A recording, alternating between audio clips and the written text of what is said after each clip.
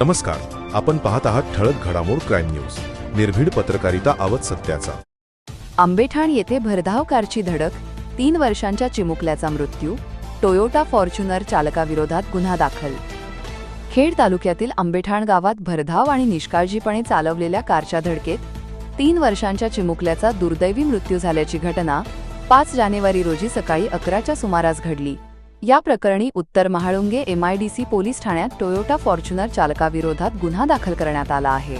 याबाबत अधिक माहिती अशी की आंबेठाण गावातील मारुती मंदिराजवळ नवनाथ मांडेकर यांच्या भाड्याच्या रूमसमोर सूरजकुमार पंकज ठाकूर वय 3 हा चिमुकला रस्ता ओलांडत असताना टोयोटा फॉर्च्युनर क्रमांक MH14LN0100 या कारने त्याला जोरदार धडक दिली।